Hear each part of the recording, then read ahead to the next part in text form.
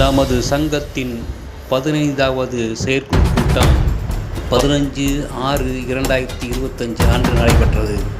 இதில் பொதுச் செயலாளர் திரு ஐயப்பன், பொருளாளர் திரு ராஜ்குமார் பாண்டியன், துணைத் தலைவர் திரு ஜீன், துணைச் செயலாளர் திரு கலாநிதி திரு இளங்கோ, அலுவலக செயலாளர் திரு ஆதிலிங்கம், செயற்குழு உறுப்பினர் திருமதி உமா, திரு சுப்பிரமணியம், வர்மக்கலை பயிற்சியாளர் திரு ரஞ்சித் மற்றும் உறுப்பினர்கள் கலந்து கொண்டு சிறப்பித்தனர். நிர்வாகிகள் அனைவருக்கும் காலை வணக்கத்தை தெரிவித்துக் கொள்கிறேன். பாருங்க, வியாழக்கிழமை நினைக்கிறேன் இவ்வளவு ஒரு கனவுகள் வந்து அந்த பயிற்சியில இருக்கிறவங்க மூணு செய்தியை சோசியல் மீடியால பார்க்கிறோம். பாலம் வந்து எல்லாரையும் சேர்த்து வச்சுக்கிட்டு ஒரேடியா அனுப்பின மாதிரி ஆயிடுது. ரொம்ப பெரிய சோகமான நிகழ்ச்சி, பெரிய இழப்பு. அந்த இறந்தவர்கள் குடும்பத்திற்கு தமிழக விளையாட்டு வீரர்கள் சங்கத்தின் சார்பில் ஆழ்ந்த அனுதாபத்தை தெரிவித்துக் கொண்டு, இப்ப இந்த ஜெனரல் மீட்டிங்ல நம்ம இதுவரை அந்த ஃபைலை வந்து நம்ம செயற்குழு கூட்டத்துல வந்து நம்ம ஓபன் பண்ணதே கிடையாது. இதே மாதிரி ஒரு 5-6 ஃபைல் இருக்கு. இது 2014ஆம் ஆண்டு விளையாட்டு வீரர்களுக்கு வந்து வேலை வந்து நிப்பாட்டிட்டாங்க. கவர்மெண்ட் என்ன பண்ணுது, ஸ்போர்ட்ஸ் கோட்டா ஸ்டேட் கவர்மெண்ட்ல அரசு நிறுவனம். அதுக்கப்புறம் தான் நம்ம அந்த சங்கத்தின் மூலம் அப்ப வந்து விளையாட்டு வீரர்கள் நல சங்கமா இருக்கு. இப்போ மெம்பர் பாரம்பரிய கவர்மெண்ட்ல வந்து 2012 இருந்தே நம்ம வந்து எல்லாம் தமிழக விளையாட்டு வீரர் சங்கத்துல உள்ள கோரிக்கையின் மூலம் தான் அதை வச்சுக்கிட்டு தான் அவங்க வந்து ஆர்கனைசிங் பண்ணது. ஏன்னா இப்ப எது இருந்தாலும் கேள்வியே கேட்டுட்டு இருக்கோமே, இப்ப எதுக்கு கேள்வி கேட்கறாங்க, அந்த சங்கம் எதுக்கு கேள்வி கேட்கறாங்க, நம்ம வந்து எந்த இதுலயும் வந்து கூப்பிடுறது. அதுக்கப்புறம் 3% வேலை கொடுத்த பிறகு இப்ப தமிழக முதல்வர் வேலை கண்டினியூவா நடக்கணும். இதை வந்து 5% ஸ்பெஷல் சைல்டு எல்லாம் கொடுக்கணும்னு சொல்லிட்டு அது தெரியாது. கொஞ்சம் அதை வச்சு அவங்க வந்து அந்த கோரிக்கை மூலம் வந்து அவங்க எடுத்த லெட்டர்ஸ் வந்து எஃப்எஸ் மூலமா கவர்மெண்ட் வந்து அதை எடுத்து சொல்லுவாங்க. அதுக்கப்புறம் வந்து நம்ம அடுத்த கட்ட போராட்டம் வந்து டெல்லி கட்டு போராட்டம்.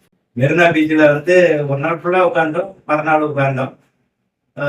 அது ஒரு பெரிய போராட்டம். நம்ம தமிழர்களுடைய பாரம்பரிய விளையாட்டுல அது கண்டிப்பா வேணும்னு சொல்லிட்டு நம்ம சங்கத்துக்கு அழைப்பு வந்து நம்மளுடைய கலந்துக்கிறோம்.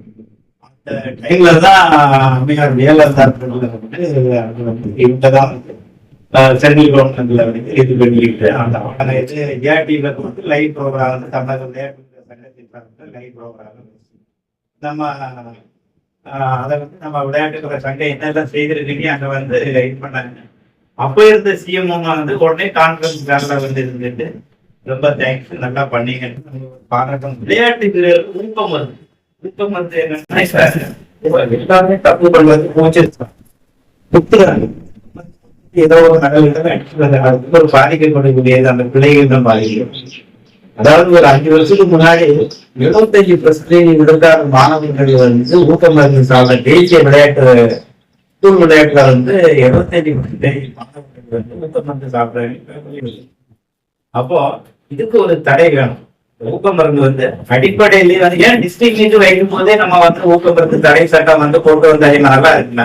அது ஸ்டேட் முன்படி நேஷனல் டே சர்வதேச அளவில் வெற்றி வகை சுடுவது பதக்கத்தை வந்து பறிக்கப்படுறது வந்து அது போது எங்க நடக்குது, ஸ்டேட் கவர்மெண்ட்ல தான் நடக்குது, கவர்மெண்ட் சைடு தான் நடக்குது. தடை சட்டம், ஊக்க மருந்து தடை சட்டம். அதே மாதிரி வந்து நிறைய நிகழ்ச்சிகள், அதுக்கு பிறகு விளையாட்டை கட்டாய பாடமாக்கணும் சென்ட்ரல் கவர்மெண்ட் ஸ்கீம்.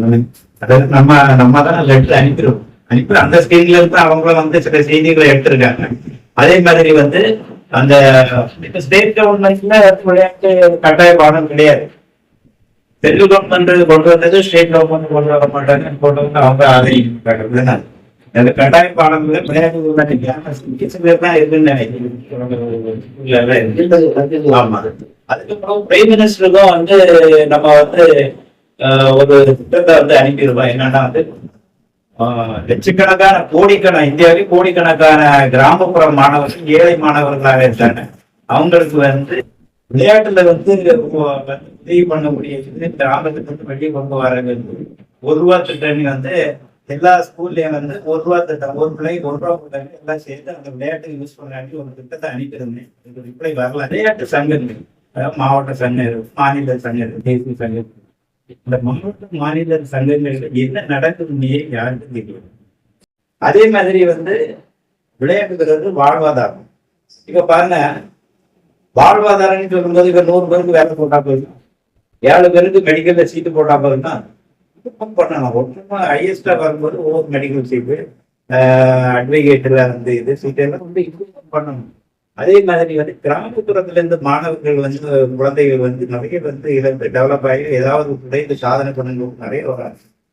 வரும்போது அவங்களுக்கு வந்து அடிப்படைகளோட உதவி பண்ணணுமா? இப்ப டிஸ்ட்ரிக்ட்ல வந்து ஒரு 50 பிள்ளைகள் செலக்ஷன் ஆகுது, ஸ்டேட்டுக்கு போறாரு, பஸ் பேரும் கிடையாது, பேரும் கிடையாது, சாப்பாடு கிடையாது, அந்த இடம் கிடையாது.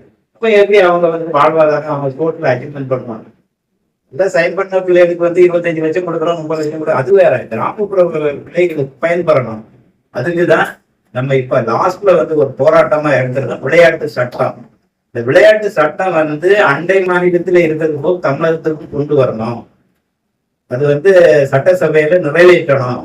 நிறைவேற்றினால்தான் விளையாட்டு வீரர்கள் நலனுக்காக இந்த விளையாட்டு சட்டத்தை கொண்டு வரணும். பிஎம்க்கு அனுப்பியிருக்கோம். விளையாட்டு சட்டம் வேணும் அப்படின்னு சொல்லிட்டு பெரிய முயற்சியாச்சு வந்து எடுத்துட்டு போறோம். எல்லாரும் வந்து அதுக்கு வந்து முழு ஒத்துழைப்பும் இருக்காங்க. 20 லட்சம் விளையாட்டு வீரர்களுக்கும் ஒரு சங்கம்னா நம்ம விளையாட்டு வீரர் சங்கம் தான். மக்கள் சங்கம் விளையாட்டை நடத்துறான், அதுல இருந்து கமிஷன் அடிக்கிறான், அவங்க வாழ்வாதாரத்தை பெருக்கிறான். அதே மாதிரி நம்ம கிடையாது, எல்லாருமே ஒரு சோசியல் ஒர்க், எல்லா வேலைகளையும் விட்டுட்டு தான் வந்திருக்கோம். ஏதாவது பிள்ளைகளுக்கு நம்ம ஹெல்ப் பண்ணணும், சோசியல் ஒர்க். அதனாலதான் நம்ம வந்து இந்த விளையாட்டு வீரர் சங்கம் வந்து விளையாட்டு வீரர் சட்டத்தை முன்னெடுத்திருக்கோம். அதே மாதிரி விளையாட வர குழந்தைகளுக்கு வந்து காலையில இருந்து சுயேட்சையில வர குழந்தைகளுக்கு காலை உணவு திட்டம், இலவச உணவு திட்டம் வந்து முதல்வர் அறிவிக்கணும், ஸ்கூல்ல போற மாதிரி. அது தமிழ்நாட்டுல வந்து பெரும்பாலும் கொண்டு வரணும். ஏன்னா ஒரு வெளிப்பட தன்மை இல்லை, அவேர்னஸ் கம்மியா இருக்கும். ஆமா, எஸ்டேட்ல ஃபண்ட்ஸ் வாங்குறாங்க, வாங்கிட்டு என்ன செலவு பண்றாங்கன்னு தெரியாதுல்ல.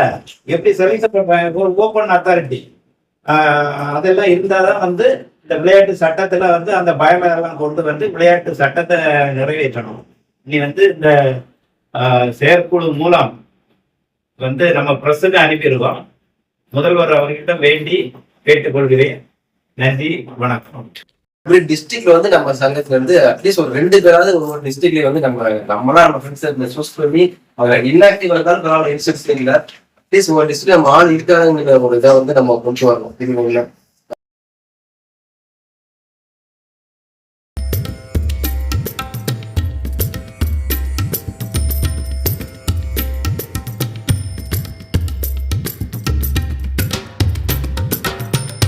நேம் வந்து மஞ்சாவர் மகனை நாகோட் சிஸ்டம் சார்.